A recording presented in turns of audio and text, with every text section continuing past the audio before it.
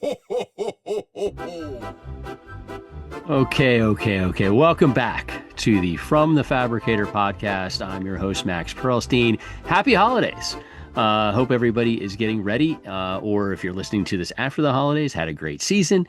Today, and on this podcast, my annual solo end of the year podcast with an industry influencer, somebody that's making news, somebody that's making waves. And this year it is Troy Johnson of Apogee Architectural Metals. Troy is a tremendous guy.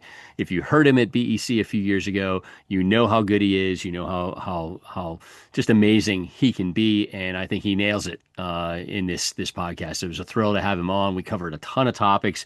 We talked about great businesses. We talked about culture. We talked about trends, products, people, you name it. It was really, really strong. So appreciate you checking that out. We'll get to it in one second. Just a thank you officially to the sponsor of From the Fabricator all 2025 long, and hopefully more and more into the future. The great people from FHC, Frameless Hardware Company. Thank you so much to them. Please feel free to support them. FHC-USA.com. Really, really grateful for Andrew Herring, Mr. Freeze, Chris, Barry, everybody there, Paul Daniels. I'm just thankful for your support. So really, really appreciate that. All right, let's get to the year ender solo podcast with Troy Johnson, and then on the backside, TV and a movie to talk about going in and out of the holidays. So thank you so much for being here and checking this out, and let's go get started with Troy. Okay. To end this year, I am thrilled. I usually have these solo podcasts with people that I consider to be major influencers in our world, and it could come from any sort of the adventures in our place. But I'm thrilled. I've got Troy Johnson, president of Apogee Architectural Metals. You can find them online at apogeearchmetals.com. I'll go over that again a few more times. But Troy, thank you so much for doing the podcast. Max, the man, the myth, the legend. I am honored to be here today. I feel like I finally arrived. Like this is the moment I've been waiting for my whole life. So thank you for having me on the podcast. I'm honored. And this was baked in my head for a long, long time. But when you did the speech at BEC a couple years ago, it was like I got to figure out a time and a place, and we'll talk about your kind of journey, and that's why I think it timed out really well to do it now. But it was that BEC thing, and I've known you for a while, but it was the BEC thing. Was like, man, this guy's got it all. So I'm excited to have you with me. And you ready to go on this? I am ready. I appreciate it. Thank you. And yeah, I'm ready to roll. Okay. Well, I always start with the background. And again, I've known you for a little bit, but I don't know your past very well. And I love doing this with everybody because I always learn something. So hit me with, where you're born, grew up, went to school, your journey until today. Talk to me about the past of Troy Johnson. Yeah, so I know you're a movie guy, right? Yes. So this is like the origin story part, right? So this is the way, that's how you should brand this. It's like, what's the origin story I like of that. all these great, seriously amazing people in our industry? I'm blown away just getting to know everyone, getting to meet a lot of new Glazers in my new role. We'll probably talk more about that later. But yeah, the Troy Johnson origin story. Born and raised in Flint, Michigan. I say that to sound tougher than I probably really am. I actually was like a mile across the border of Flint, in a town called Burton, and had a pretty, I don't know, I'll call it a scrappy upbringing, probably lower rungs of the middle class ladder. I define that as food on the table every night, but no AC, no cable, no going out to dinner. So like any kid growing up that way, what's one of the things you do? You get a job pretty young. Yep. Because you want money and want to be able to go and do some things and buy the things you want to do. And so I got my first job at 15, working at a bakery, doing dishes basically all day long for, I think at the time, $3.35 an hour is what minimum wage was then. Okay.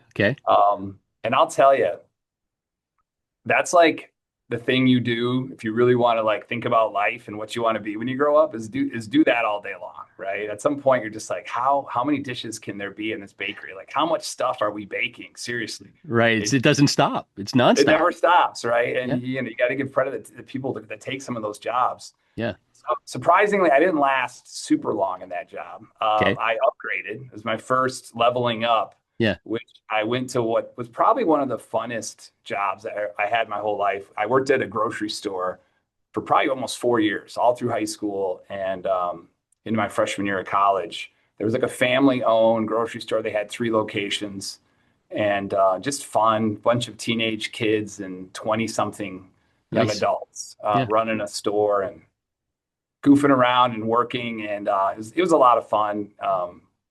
Good way to learn about business a bit. Yeah. Pretty good student in high school and really like good at math and sort of critical thinking type stuff, and decided I'm like, you know what? I want to be an engineer. Okay. My parents hadn't gone to college, and so I was trying to figure out like, what do I do? How do I pick the right school? Back then there was no internet, right? So you go to the counselor's office and you look through books. Yep. And long story short, I picked one school. I applied to one school, Michigan Tech University. Um, Great White north of Michigan. It's on Yep. the Keweenaw. If you guys know where that is, Keweenaw Peninsula up on Lake Superior. Low cost of living, right? That's what Very I was much. going for, and Yep. really good tuition at that time. But great school. Studied environmental engineering. But man, you had to be resilient. I think my junior year, I think we got almost 400 inches of snow. So it's like a whole nother world up there. Yeah. Up Um, north, and that's really up north for It's sure. up north. Yeah, Yeah. yeah. I know like Buffalo gets lake effect. That's how Yep.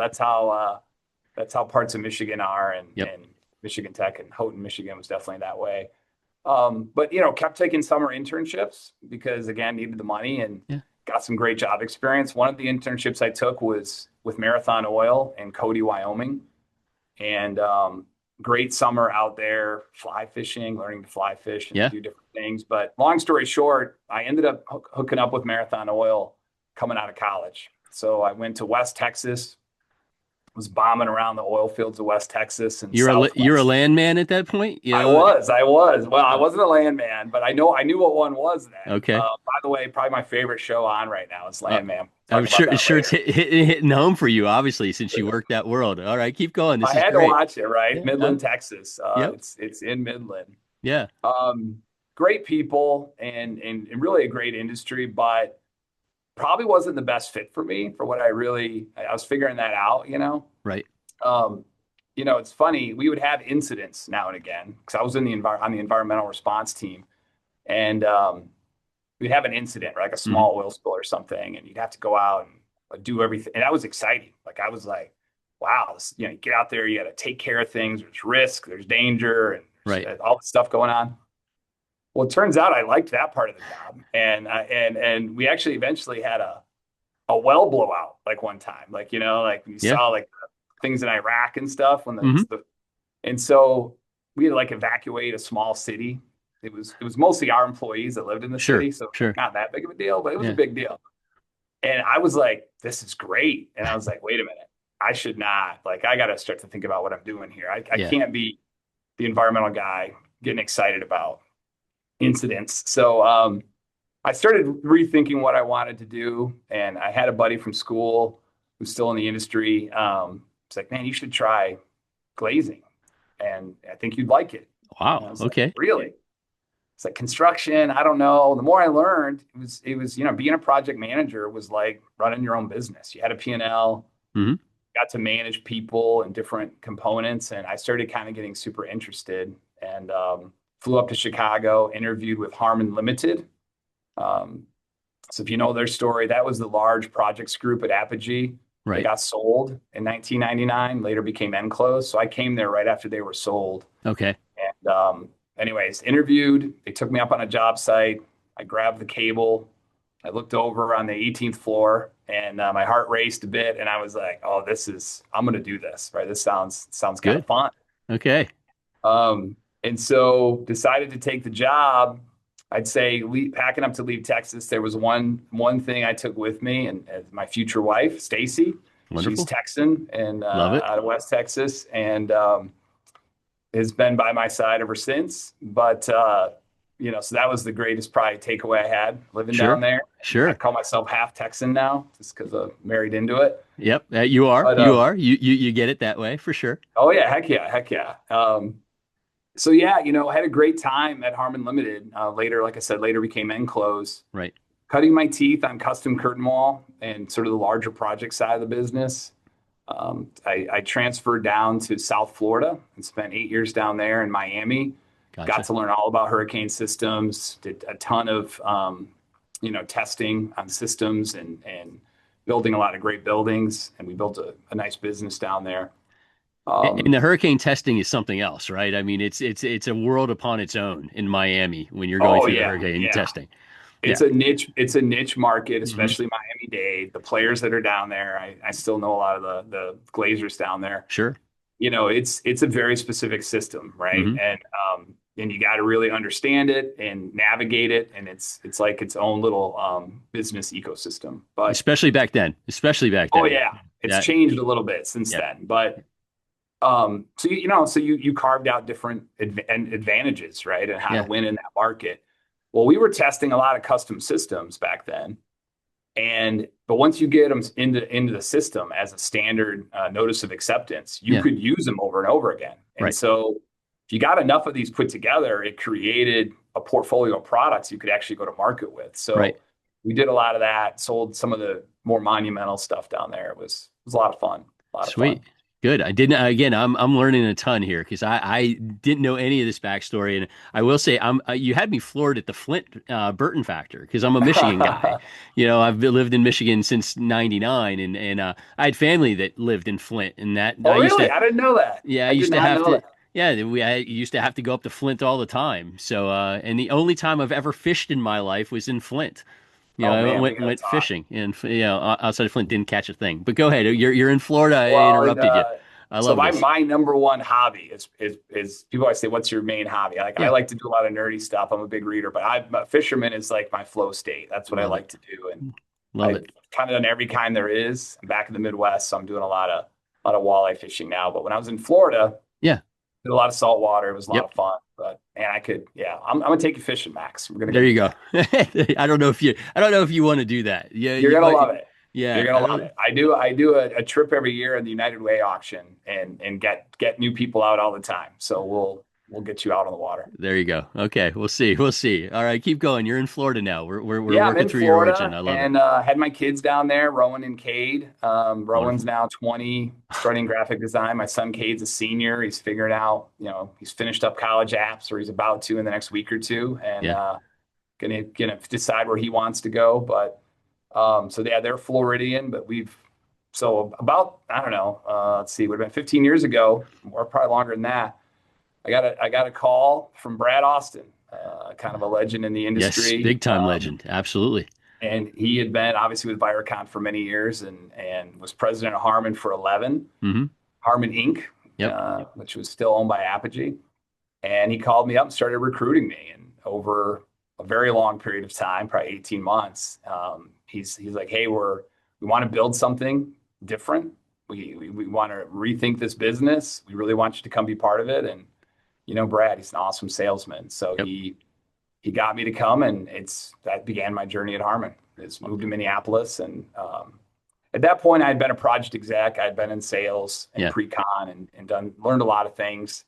So I came to Harmon Inc., which at the time was really small projects and a lot of service. And we started a journey of changing that business, Yeah. which we can talk more about today as we go through it. Yeah. For sure. But yeah, and then I was president I worked my way up Yep. and helped redo that, rebuild that business, and then president the last 5 years, and then got asked to take over Architectural Metals, and the rest is history. It's very cool. It's very and Brad Austin, I mean, deserves big time props. This is a guy for those who don't know him, and it's kind of a shame because if you didn't know him, you don't realize the effect that he had on our industry. Oh Because yeah. of the Viracon and the Harmon thing. I mean, he touched everything. And then for me as a BEC guy, he was a huge part of getting that conference going. So always a ton of respect for Yeah, Brad Austin. one of the founders of BEC, right? Is Yep. one of the committee that decided to do that was one of the small Yep. handful of people. He was one of them. Yeah. with some other legends in the industry, no doubt. No doubt. Yeah, and again, when I got heavy into it, and it was early in that process, Brad, I was intimidated by Brad. I will tell you that, very intimidated until I got to know him a little bit. And I think I was still intimidated all the way to the end, but it was a heck of a person. I just wanted to give him props since you brought that up. So Well, no, and I will too. Look, he was my boss for a long time. I wore him out, right? Like good. I was not easy to manage back then, and he helped develop me right into who I became. So kudos to him. Yeah. And after he retired and I took the helm, I took him out to dinner one night, and we still see each other a couple times a year. And I said, "Man, I'm sorry, I was so difficult. You did a great job. You had a hard job. This was a lot harder job than I realized." And we laugh about it now, I but love it. great Yeah, guy. as you should, as you should. So I've got Troy Johnson, president of Apogee Architectural Metals. You can find them online at apogeearchmetals.com. So that's Apogee Arch Metals, all one word.com. And so before we move on to Apogee Architectural Metals, you were talking about your world at Harmon, and that's where you were. And I just want to put kind of a little bit of a bow on it, and then we can focus on the future. But you did a lot at Harmon. You did a ton, and I mean the transformation of the company, the reputation, everything. What do you consider your proudest accomplishment in your years at Harmon? Oh man. Well, I think just that building a great business, right? Hmm. I fell in love with building buildings, and you look at all the complexity that goes into that, right? And you first walk on a construction site, it's like chaos, right? You don't understand what's going on. Yeah, There's all these people and there's all these things happening and all these supply chains to get everything there. And but when you understand construction, you see the ballet of all these trades working together and all the big construction team with the architect, owner, consultants, general contractor. You then can kind of see what's happening out there and it all makes sense. yeah, So I think building a business is a lot like that. And I realized what I really loved was building businesses. And I was lucky enough to be invited to participate in a process like that and have a voice hmm, and learn how to do it. It turns out it was a great fit for me, but it's just like building a building. You need a yeah, blueprint. You got to break it down to the smallest level, or I always talk about it like it's a living thing. So I talk right, about breaking everything down to a cellular level.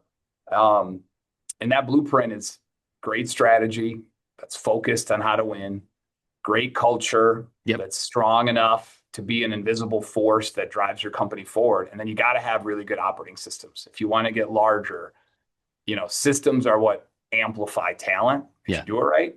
And it lets you take advantage of technology. And we had a blueprint to do those things. And they're still executing it today. And I'd say this, I think what I'm most proud of, it wasn't dependent on me when it was all said and done. So I think what I was most proud of is we built something that wasn't dependent on one person. yeah, It was built on a vision that took all the people to make it strong. It yeah, had to be aligned, and someone like me could step away. Look, we got great leadership there. Matt Christian took over as yeah, president, Brian Clark, senior VP, and all the leaders beneath them. And there's a lot of them. It's a big organization. yeah. Tremendous culture, tremendous discipline. So I miss everyone over there, but definitely something I'm super proud of. Super No, proud. as you should be. I mean, you had taken me on a job site in Nashville, and I was so impressed. First of all your people were always act with so much class. The Harmon folks, and I'm sure now, obviously the folks on the Apogee Architectural Metal side, but always classy. But it was so impressive going to that job site and just seeing it. It was like kind of a ballet. It was like everybody was moving in the right sort of motions. Everything was, just in its place, and then the culture, the safety, the things like that really were apparent. As an industry guy, I was very proud, and I think I said that at BEC right after I saw it. It made me feel good of we're doing things right when you do it like you guys have done it. So kudos to you and that entire team, and I know they're going to move on and continue to do well because the culture and the people there are fantastic. So Oh yeah, to that point, there's two things I look for to see if we're doing well, right? Number one, our customers. Do yep, they feel the value? Do they see the value? And are we attracting more customers, right? So when Harmon in the last 4 or so years became the biggest glazer, it was an indicator to me, not like we were trying to be the biggest. It was right, an indicator of value, yeah, right? And that the team was doing a great job. The other is employees. That's the other indicator of success, right? And I've heard it so many times on here with other guests. um, how do you attract the best talent? How do you be the place that's really smart, talented people want to work? And you got Yeah. to have a certain DNA if you want to attract and retain people like that. And Yeah. I think for me, there's three things that are super important. Um, they got to have a sense of purpose, Hmm. right? You want to come in and they got to feel like they're part of something and that it's meaningful to them to be connected to it. They need to have a voice in how you run the business, so they want to participate. And so Hmm. we always had very collaborative cultures that we'd make a decision, but we do it after really making sure that we had the collective voice of leveraging that knowledge in the organization. Sure. And then last is just getting paid. I mean, Right. is if you're creating value, are you being compensated for what you're creating? Yeah. And that's kind of was our recipe. And it really, if you look at who came to be part of that or who we developed, even going back to college recruiting, Yeah. it's just amazing people. No doubt. No doubt. Yeah. Big. I'm a big fan and will continue to be so. All right. So we have to turn the page. Recently, I think it's been a couple months now. You've gone over to Apogee Architectural Metals. So before we get into your role and how it's going, let's talk about, because for some people, when I keep on saying Apogee Architectural Metals, they might be shrugging their shoulders and say, "What are you talking about?" We don't know. And I think, you're able to kind of break it down now into, for the audience, what is going on with Apogee Architectural Metals? What's the layout? Give the audience what we're talking about, since I'm probably not doing a great job of it. No, well, you have in the past. You have in the past. So as everyone probably knows, Apogee is a publicly traded company. Yep. It trades on ticker APOG. Four segments, right? Three of them have been on the construction building materials side of the business. Around a lot of it's mostly glass and glazing. Harmon, which is part of the services segment, which is the integrated project delivery construction side of the business. And then what was framing systems, now metals, is what was a lot of the framing businesses. So five brands are in that segment. Right. So you've got the framing brands, right, which is going to be EFCO, Tube Light, and Wausau on the Hmm. U.S. side of the business, Alumacor in Canada, and then we have Line Tech, which is a finishing, external finishing business that we run. We've had for over 40 years, Yeah. founded and run. But on the finishing side, another thing is we've got six presses, so we extrude. We have a capacity to extrude quite a bit of metal, and then we finish in two locations. So Gotcha. that's one of our internal capabilities we leverage in that business. So Sure.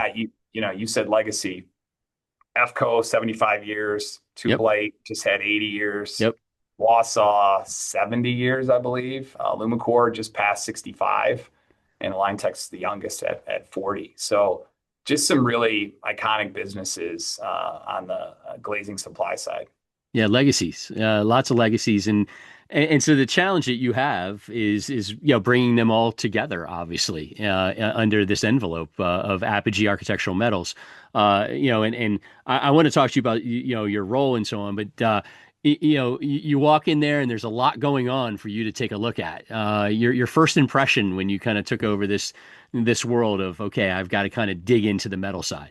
Yeah, well, first thing, one of the things I realized, there's a lot going on, right? But I Yeah, do I do actually have a mini announcement of one of the realizations we made. So it's hit been me. 4 months. I've been in Yeah, role for 4 months.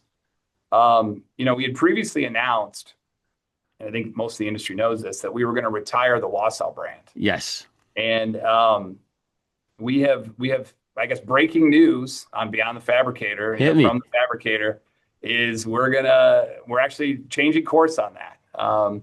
We started going down a journey. We're building some back of house scale, and Yeah, we were going to bring some of the platforms together from a product standpoint, and we right. were rationalizing some of the product mix.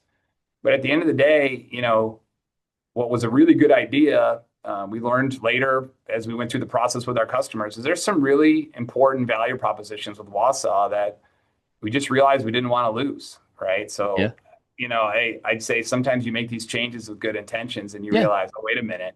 I kind of joke. I don't know if you know the old New Coke story back in yep, the, I'm sure you do. If yep. we're the right age to know that story, where Coke tried to change the recipe. Everyone's like, what are you doing? So it's kind of like that. It was kind of like that. And we realized to change course. So, um, the actually about when this podcast comes out, we'll Yeah, be we'll be launching that messaging and the new website. and being more clear about our vision for that brand. But I'm happy to say we're going to be leveraging a unique value proposition with Wausau moving forward. So the big news out of this is the Wausau brand is back. It The is not Wausau going band is anywhere. back. Yes, it is Got back, and it never went away. yeah. Technically, by the way, we were still out there. It's starting to wind it down, but like I said, we got a great spot in the market for it. We're gonna lean into that and Yeah. actually build on it. So a little change of course, little change Yeah. of Are course. you to call it Wausau Classic like Coca-Cola did We with are. Right? No, I think we should. I think we yeah. should go back to look. It's sometimes you got to learn the hard way, but Yeah. it does teach you the right things, and we know where the value is now. So we're gonna run with it. I love it. I love it. And on the new Coke thing, if you're a podcast person out there, there's a podcast from Wondery called Business Movers. And one of the episodes was about new Coke and the CEO, Roberto Guziata. And, what I didn't know, and even though I grew up during that time, was that they had studied switching to new Coke for like 5 years.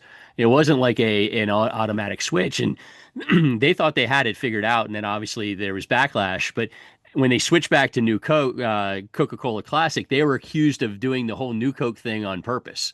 That it was all a ploy. I assume that's not the case with Wausau to get people fired up about it. But it's great that Wausau's back. So congratulations to you, and I think it's going to be continue to be a great hit for our industry. I love hearing that. Yeah, I'm gonna go have to go listen to that. I do remember when I was younger, seeing on the news, right? People had Coke stacked like cordwood in their Yeah, basements, right? The whole thing was full because they were stocking up for as long as they could. So, yeah. look, mistake or not, it's good to know your value as a brand and leverage it as much as you can. So I'm gonna have to go check that out. Definitely do so. It's good stuff. So Troy Johnson's with me, president of Apogee Architectural Metals. You can find them online at apogeearchmetals.com. He just broke some news about Wausau and their brand and being back in the mix. And we're going to talk a lot more about all of this stuff. But I have to ask you, you move from one side of the ball to the other. And I've done it kind of in my career when I became a consultant, and I was always a fabricator, and then I started to work for glazers, and it was just a whole different world, and I had like a whole new respect for the glazer, whole new respect. Now you've done kind of opposite of what I did. You've been on that glazing side for so long, and now you're moving over to the fabricating, manufacturing side. How's it been? Anything surprise you? Any new revelations? What's it like coming to the other side? Well, yeah, it's one of those things you think you know, but you don't know, right? You're in the industry, but and you have a lot of familiarity, but then you're learning a lot of new ecosystems, Yeah. right? So I definitely, first of all, it's been exciting, right? It's always Yeah. good to learn new things, and I've enjoyed that to be challenged in that way. I'd say the biggest shift is, I came from an environment, yes, construction services, right? The project side of the business. A lot of our business is down on the quick turn stuff. We have projects over here as well. Hmm. And so that is a lot different. I'm learning about that glazing ecosystem a lot more and meeting with those glazers. So that's been really awesome. And then just the amount of customers, right? I Yeah. think Harmon, we probably had 20 core customers, right, across the country. Yeah. It's a different You world know, now. Yeah. and we probably got 2,000 Yeah. customers at Metals, give or take. Yeah. And so there's a completely different way of driving a customer value proposition and really connecting with your customer in an environment like that. So, look, I'm excited because I do bring a unique perspective coming from the glazing world. Yeah. And selfishly, part of the reason I wanted to do this was because I wanted to build the supplier that I always wanted, but never could quite find. Nice. So that's what I'm endeavoring. And so I've been meeting with a lot of glazers and learning about how we might accomplish that. So Yeah. excited to go down that journey. I think there's something to be said about that. I love the whole comment of, you want to build what you always, wanted to buy from.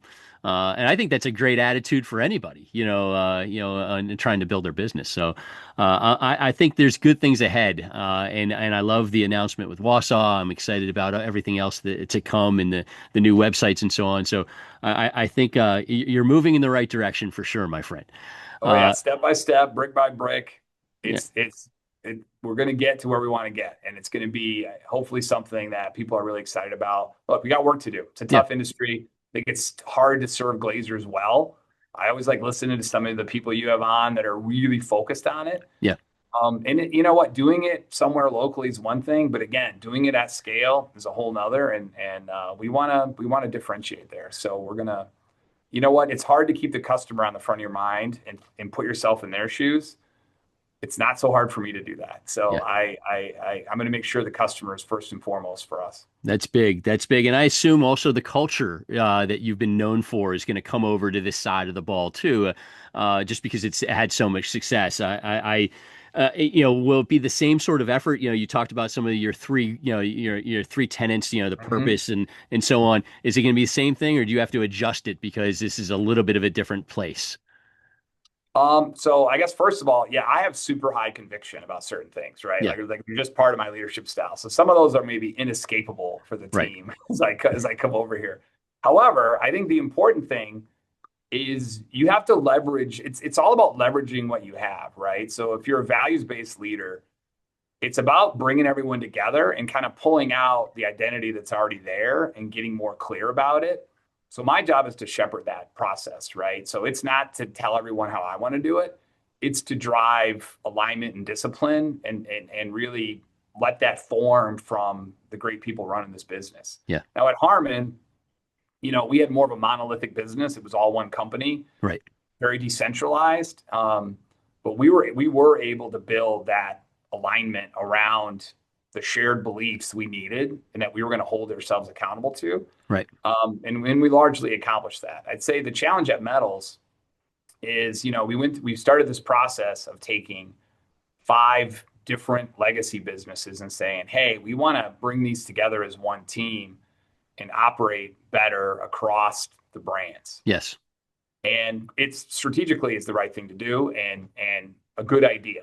Yeah. However, I'd say one of the challenges that emerged is that, look, you had 5 very tight cultures at those legacy brands. Hmm. And it's like, okay, yeah, you want to come together operationally. Well, how do you come together culturally? Right. It's Right. a whole different ball of wax. And that's something that I think got overlooked. And so I'm here now and we're saying, okay, because you got to give the employees the destination to go to. Yeah. Right. Like, okay, I liked where I was. What are we going to be now? How do I identify with that? Right. So we're going to create that at Metals. We've already started talking as a team and as with our employees, and we're saying, Great. all right, what are we going to agree on? And oh, by the way, Apogee is going through a similar process of now trying to work on that. Gotcha. And so I think there's a great opportunity for us to define it. And then my job is to hold us accountable to that. So we will define it together, and then I will help us hold ourselves accountable and live it out every day. When I say live it, Yeah. not just it's got to show up in systems. It's got to show up in how you operate the business. Hmm. It's got to be really authentic and real. So that's the journey we're on at Metals, and we're going to bring these 5 legacy businesses together into a really tight team, and we're gonna operate at a really high level. I love it. I love it. Good things ahead. Good things ahead. I've got Troy Johnson with me, president of Apogee Architectural Metals. That's what we've been talking about. Check them out at apogeearchmetals.com. I always break up the podcast about halfway through with a fun question. And it's so funny because to me, you're so interesting. I could have asked you 25 different fun questions. We could have done a separate podcast because you're a book guy. You listen to podcasts. I mean, you have so much. So it was a battle for me to figure out, okay, what's the question? And now you told me you love Landman. We could have talked TV, but for you, I had to come up with something special. And so if you could have dinner with 3 people, either alive, dead, fictional, you name it, it could be anything. Who would they be and why? I'm curious to see what Troy Johnson's dinner quartet would be out there. And again, with how thoughtful you are, I've put the bar pretty high on this fun question for you. So I can't wait to hear what you have Wow, to say. I got to rub my face a little before I think about it. Well, you know what? You're giving me a lot of latitude here, so Yeah. I can lean into, I think, different parts of things in my life that I really am, passionate about. Yeah. So I would say number one, I would probably choose like Marcus Aurelius. So right now. The last several years, I've really been into Stoic philosophy Okay. and just kind of the idea of mental discipline and separating self from situation and being able to, uh, then manage it and process it in a very different way. Yep. And a lot of what he wrote, and so I read Ego is the Enemy a couple of years ago, which I think is a great book. A lot of Stoic, principles in that. Yeah. But everything he wrote was for him. It was like his personal journal. He was not out there, and the discipline of mind that he had, and other Stoic philosophers too. But so yeah, I would love to spend an evening Okay. with him or one of the other Stoics, but I would probably pick Marcus Aurelius. All Most right. of his quotes All right. That's one. resonate Yeah, I like resonate. it. Yeah. Um, all right, we'll take. You said fictional, right? You So can do fictional, absolutely. So I, if you want to do Iron Man, you can do Iron Man. It does it, yeah, well, I'm going to go a little different direction here, yeah, but a very serious character, yeah. Dwight Schrute from The Office. I love it. Okay. Beautiful. So look, first of all, I love The Office. So like Yeah. when I need like my wind down, just like put something on that I want to just check out a little bit and enjoy it, it's Yeah. The Office, right? I love that show from when it came out, and it got hot during COVID on Yep. reruns, right? Yep. But look, Dwight Schrute is a serious man. Like there's a guy with high convictions who loves what he does Yep. and is really passionate about the things he's into. And I love his character. Yeah. People are like, who's your favorite? It's Dwight. It's Dwight. I mean, like, so yeah, you get him and Marcus Aurelius to dinner. You're gonna want to be there, Max. With That's what I'm you, saying. with you there as well. I didn't see that one coming. I do love The Office. I think the early seasons of The Office, especially. Oh yeah, Uh, first 5 seasons or so are just I know them all by heart. But yeah, Dwight Schrute, I could hang out with him all day long. I love his conviction, right? That's how I like to live my life, is really high conviction on things. that's fantastic. Okay, so the third person. I don't know how you could top the first two, but hit me with the third one. Oh, this will be a curveball too. So I've been talking about this person a lot at home over the last few months, and my son is like, "Again, you're still talking about this person?"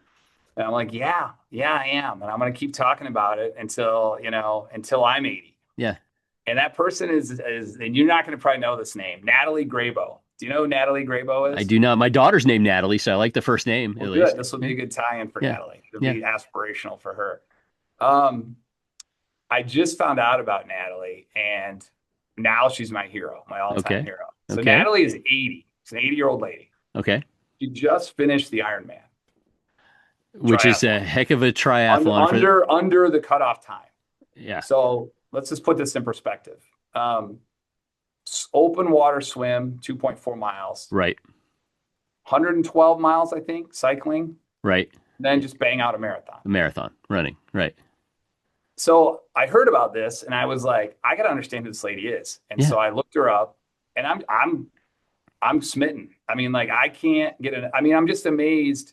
And she got into this later in life too. So 59, she starts swimming, which is, and again, just finishing an Ironman is pretty crazy. yeah, So, yeah, I'm all about it. I'm big into health span. I'm big into health. Like I'm a big Peter Attia guy. I don't know if you've ever read any of his stuff. yeah, Just how do I have a healthy life, right? yeah, And you think about the discipline to be able to build yourself later in life to do an Ironman I'm impressed. I'm yeah. impressed. I, So I, Natalie, if you're out there and you're listening to this podcast, we call us. We want to have dinner. yeah, we have. Who knows? Maybe she's on LinkedIn. We may have to tag her in there. But Yeah, tag her in there, and then she'll be like, why is this on here? Who are these people? I mean, yeah, anybody. I mean, you watch any of those Ironman events. I mean, it is so taxing to do it from 59 up to Oh, 80. I mean, No, it's crazy. Absolutely crazy. And you know what? A plug for women in construction too, by the way. yes, This is a nice tie in here. I am passionate about some diversity in our industry, yep, right? And women make our industry better. yep. Natalie, you want a job? Call me. We'll work it out, right? There I you go. mean, like the reality is there's just certain skills that I think are really powerful to have a team with different perspectives. Yeah, And there, I'll be honest, I find that teams that are built like that are just a lot stronger and yeah, have a lot more to offer. So I love seeing some of the women in the industry that have worked up to leadership positions. We had a program to try to attract more people, women and others to the industry. yeah. And I think it makes us better. So It does, and like one of the bugaboos I have in life is the term "that's the way we've always done it." I hate that term, and when you have a diverse group, that's a guard against that. So when you bring other people into the tent, you don't fall into that's the way we have always done it, because you're mixing it up. So I give you credit for not only that, but also the diversification angle is huge. We have to have it. We have to have it. Absolutely. Absolutely. Awesome, Totally agree. awesome. So Okay, that's well, my group. Oh yeah, before we leave though, yeah. you got to give me at least one dinner guest for you. At least one. Ah, well, it's funny because I've thought about this, and I never got to meet my grandfather, who I'm named after, and he was evidently a titan in this industry. He was heavily involved in the National Glass Association. He was there to build the business, from 40s, 50s, and 60s. Died in 68. I would love to be able to, meet him, talk to him, have dinner with him, just because I never got to, obviously. And just to pick his brain about what the industry was like and what he learned and so on. So that would be mine, one of mine at Oh, least. it'd be awesome. Yeah. Yeah, that's 100%, right? Yeah. I mean, hug the ones you love, right? You never know. You do never know. And Be present and have those conversations when you can. no doubt. I had similar things in my life, so I'm with you on that for Cool. sure. Cool. I appreciate that. Well, all right, we got a few more things to cover because I know you're a very, very busy man. I appreciate you doing this year-end podcast, solo podcast with Troy Johnson, president of Apogee Architectural Metals. Let's go back to business. In a couple things, product trends, because you're now on the other side of the ball, but you also know what's going on out there, and also you're at Glass Build, and I'm curious on what you saw and what you did there. I know you had some specific reasons for attending, so let's talk about trends. Let's talk about your time at Glass Build in Orlando. Yeah, I'll just be honest with some of the things I like. I'm Please. kind of following right now on the product side. Look, I always like to pull true to fiberglass stuff. I like to see where that's going, and Yeah. find myself always wandering to those areas and seeing what the products do, how they operate, and learning more about what those use cases could be. VIG is another one that Hmm. I feel like has some potential, Right. right? And it makes me curious, and I always trying to figure out how to take advantage of some of those things. In BC, of course, I hadn't been around, I hadn't been there in a long time, and I went and okay, you just got to go hang out with the equipment, right? Yeah. Like you just got to go see what's back there, and that was fun. I saw some people actually buying some stuff, right? They Nice. were like kids in candy shop back there. So, yeah, the equipment side was great. And yeah, I'll be honest though, I was breakfast, lunch, dinner with Glazers, right? Yeah. I was new in role, so I was meeting a lot of customers and potential customers and learning about their business. It was fun. Yeah. It was a lot of fun going there in a different capacity. And, look, lots of Glazers in that 10 to 25 million range and Yeah. just learning about their business and their value proposition and what they need to be successful and, helping them and figuring out how we're going to build our business. It was a lot of fun. Awesome. Yeah, I think the timing was right for you. You get into this position and now you have a chance with, one place for 3 days to see that many people. Because I know, part of you is probably like, I want to get on the road and I want to see these people here, there, and everywhere. But now you were able to kind of go do it all in one place and maximize your time, breakfast, lunch, and dinner, like you said. So it's smart use of your time. And I wish more people would understand that, Glass Build is about equipment and products, but it is also about what you're doing, hearing the voice of the Sure. customer or getting in a better position with your supply chain. Oh, People miss that. You yeah. got that. So many great conversations. I mean, just having drinks, talking about the business, it was great. And, a lot of fun. And, BC is going to be weird for me. I mean, going back in this new capacity, that will actually be weird for me, but I'm excited to go back in a new capacity to that as well and meet and see everybody. Yeah, and now because you're on the other side of the ball, the programming's really not geared to you anymore. You're No, you're no. you're on the other side. You might be hanging out in the lobby at the tabletops now at this point because it's a different world for you. Well, it is and it isn't, Yeah. right? It's, Right. like your DNA is your DNA. So Yes. it's going to be hard to keep me out of some of that stuff. But no, again, the good thing is, I said this at BEC when I presented, Yeah. you mentioned my presentation a few years ago.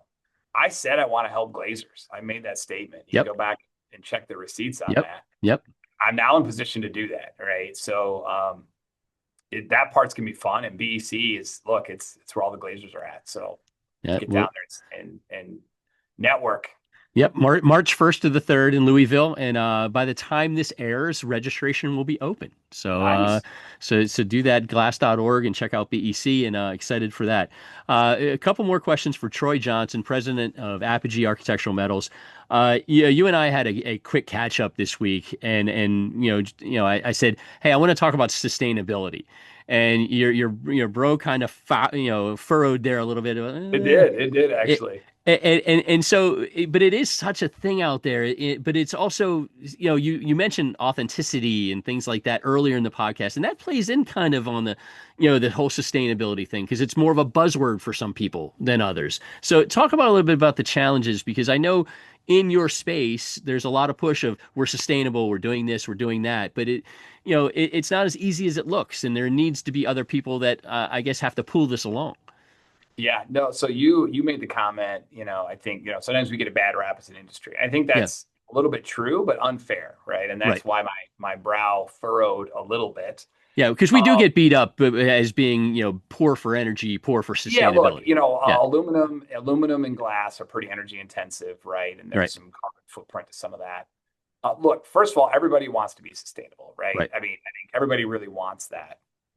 And to your point, I think as an industry, we have made a lot of improvements. I mean, you just look at the thermal characteristics of our walls today. They have improved dramatically over the Yeah, last 20, 30 years.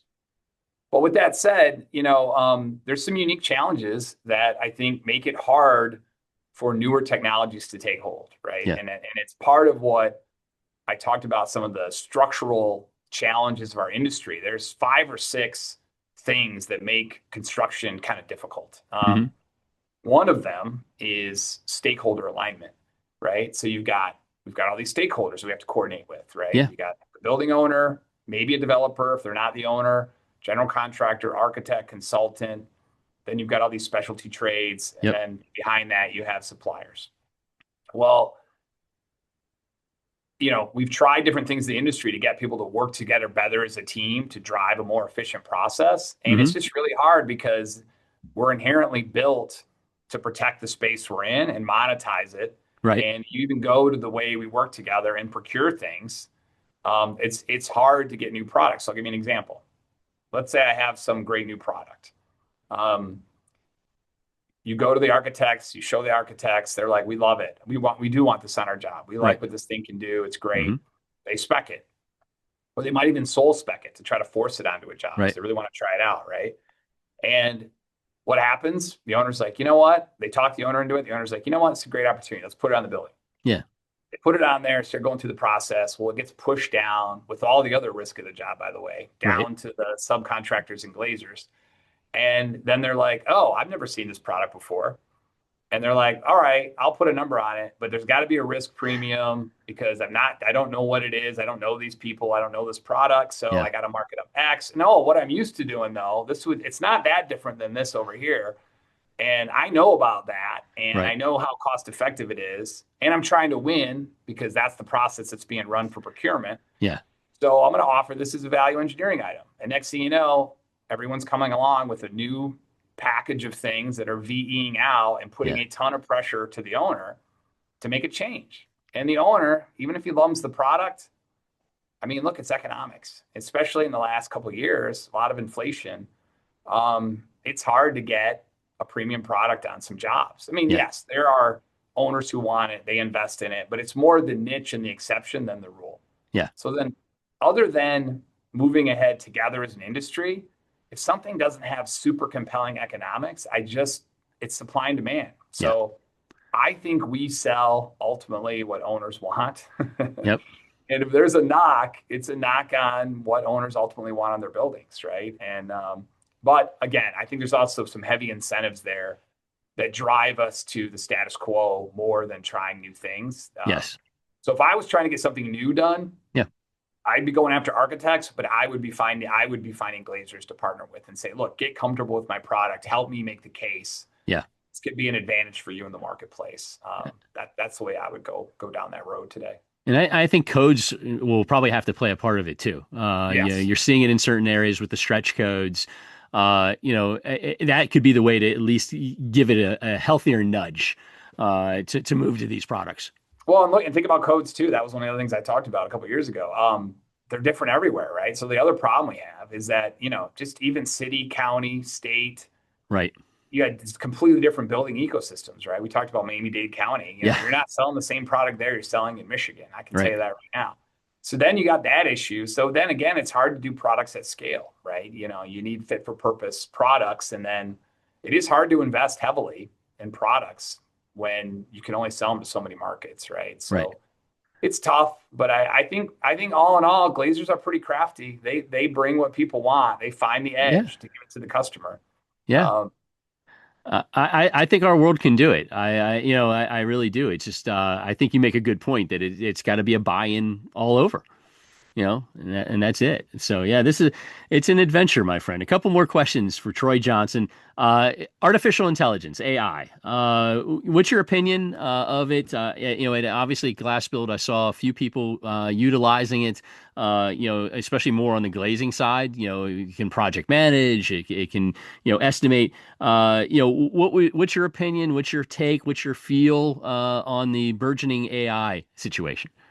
Yeah, another topic we could probably talk for an hour on, right? Easy, easy. Easily. I'll start with my personal opinions on AI, and I'll work my way down to the industry. Yeah. AI gets me excited Hmm. and nervous at the same time. There is a lot of some gloom and doom around AI, right? And the way it can cannibalize, especially white collar jobs. Right. Um, and I've thought a lot about that, and I've kind of ended up landing on the side of I think breakthrough technology and AI is going to be a net job creator in the end. It'll be disruptive. Don't get me wrong. If Hmm. it finally gets to where it needs to get. And the reason I say that, and there are economists that hold that view. But the reason I say that is you just go back in time. Uh, the We've been through these cycles. Humans are hardwired for fear, Hmm. right? Let's go back in time. It's not long after New Coke, right? Not long after Right. New Coke. Remember when spreadsheets came out, right? Hmm. Yep. Remember what everyone said was going to happen to accounting and finance and it was going to decimate It's that gonna industry, get rid right? of We're them not going to all. need, Don't need them anymore. Right. there's more accountants now than you've ever seen, right? Yeah. It's a high demand industry right now, right? And we've evolved so much past that. Or you go to the environmental side where I have some experience, right? I Yeah. remember when acid rain was going to destroy, I mean, it was Yes. a legit threat. It's Yes. gone now, right? Yeah. I remember when the hole in the ozone layer, and that was another real thing, and it was bad. Yeah. That's closed now. It was addressed through some action. Right. So again, these things are important, and we should pay attention, and they do have potential for negative outcomes.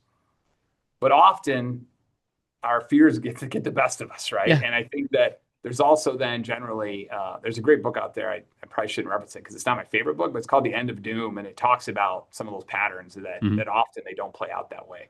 And in a world where we use fear a lot, right? Politics or just life, media, Yeah. it's you got to sometimes look past that. So I'm generally more on the optimistic side Okay. based on that. I use AI myself multiple times a week. I find it super helpful for thinking things through, Yep. and I see the use cases developing. I'll just say we're not seeing real ROI yet Right. in many industries. If you go look at who's really using it right now, those businesses aren't getting a payback yet that they would Right. hope. I'm Right. talking bigger businesses, not construction. Right.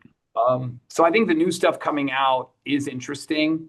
I think we've got a ways to go before it actually moves the needle, but we're heading in that direction. And construction is interesting, right? It's not black and white rules for everything. It's a Right. very experiential. There's a lot of variation, and yeah, there are rules like on the engineering side and the product side, but this is where generative AI has a lot of opportunity to pull things together Yeah. and scale some things in our industry that have been really tough that don't scale very well. So I think I still think construction will be one of the last things conquered with AI, Of course. but that's generally true about technology and construction. But I think it's got potential to make a bigger impact than most. So let's see where it goes. But Bring it I'm going to on. be cautiously optimistic for now. Okay, I'll take that. Bring it on. Bring it on. Troy Johnson's with me, president of Apogee Architectural Metals. Find them online at apogeearchmetals.com. It's the year end from the Fabricator podcast. Almost finished with this one. And I usually wrap up with every guest about talking about the following year, the upcoming year, and what your gut's been telling you. And for you, it's the volatility, I guess, is the key thing. There's just so much out there. There's the world is upside down sometimes, and I've had my opinions on here, and I know you have some of yours. But Mhm. how are you feeling? Going into the new year. I mean, most people are going to watch this between December 15th and the beginning of the year, sort of thing. And these podcasts live on, for on and on. But how you feeling going into 2026? I think you made a comment to me before, that a lot of the forecasters would say the back half of the year starts to gather some strength. I Right. think, I'm seeing some possibilities of that. Look, at some point we're going to get into another, what I'll call strong bull construction market, right? We get in Right. these cycles, right? It is cyclical. The last 4 years have been extremely different, right? I mean, Yes. like, I talked about this with some of the other Glazers at Glass Build. It has just been funky. I mean, this is not your classic situation from Right. 2020 till now. It's just been every year has been different with a new set of challenges. Look, I think it would, one of the things the data always tells us is, you look at the United States or Canada, and look, there's booms and there's bears in every city. So Yeah. it's like politics, it's all local, right? So we're always used to dealing with this in our industry. So I think the key is it's like we started the podcast with. Like you got to build a great business. Great Yeah. businesses get stronger in downturns, Yeah. or and then they're ready for upturns. And so I say for me, that's always the focus. And we're going to win in every environment, right? Because great businesses can take market share and they can grow geographically, even if their local market is flat. And so I think that's the mentality to have every day. Waking up is, how am I going to build a great business that's healthy across all the elements that we talked about earlier, right? Mm-hmm. How do we have that amazing culture? How do I have a really tight strategy to get really good at what we're good at? And then how do I really build good operating systems so it's not just built on one person or two people or three people? Um, and then be really competitive and offer something the market really needs and wants, and you're going to be fine. So I'm optimistic the latter half. Look, I want a bull run. Mm-hmm. Wind in our backs is just fun, right? In Yeah. construction, and you're in the up cycle. And so we haven't exactly been in a down cycle as much as it's just been really choppy. And Right. and and in a lot of the buildings that are booming right now, not a lot of glass on them. I mean, let's be honest. I mean, data centers, well, we get a door maybe and maybe some They're interior starting. glass a little bit. Well, they're starting to come along. That's one of my angles is some of the data centers, and it was a project of the week on one of my blogs here. You're starting to see more of it because they don't want to stick out as a bunker. True. Yes. Yes. And so they're building them more in like the office park style, but it's still not the same amount of glass and aluminum. Still not anywhere near it. Exactly. Well, but to your point too, and some of the glazers have, some of the facade companies have taken advantage, right? You get into Yep. some of the wall types that can get into that space a bit, and so we've looked at some things too at Harmon and other places. So yeah, look, I think that how do you win? How do you win in the market? And there is different glazing mix. I'll be honest. I mean, office has got a higher glazing mix than an airport. I mean, Yeah. airports are awesome. We do a ton of them, but there's a lot other things that are in that spend, right? So there's different mixes depending on the types. But yeah, we need some wind at our backs. I think that day is near, Good. and it's going to be fun for 4 to 5 years when we get back in that upswing. And in the meantime, build a healthy business that can sustain anything, right? That's where we're at. So Bring it probably a on. good place to end it where we began, right? Talking Yeah. about how to build a great business. And that's hey, you nailed it. I love it. This has been a blast, Troy. Troy Johnson, president of Apogee Architectural Metals, apogeearchmetals.com. Way to end the year. To talk with you, get this much time with you, and I appreciate all you're doing for the industry, and obviously, happy holidays and a happy and healthy new year to you and your family, and a great 2026 for you and your new venture. I mean, this is fantastic. I think it's going to be a wonderful year for you. Thank you so much for doing this podcast. Yeah, thank you so much for having me on. It's been a pleasure. It's been fun talking to you, and let's get Natalie on here. There you go. We will work on that for sure. And then I will see you in Louisville here in a couple months. Thank you. All right, sounds great. Have a good one. Thank you. Okay. Welcome back. I thought that Troy was fabulous. Hope you all enjoyed that. I sure did. He's going places, and I have a lot of confidence in everything he's doing.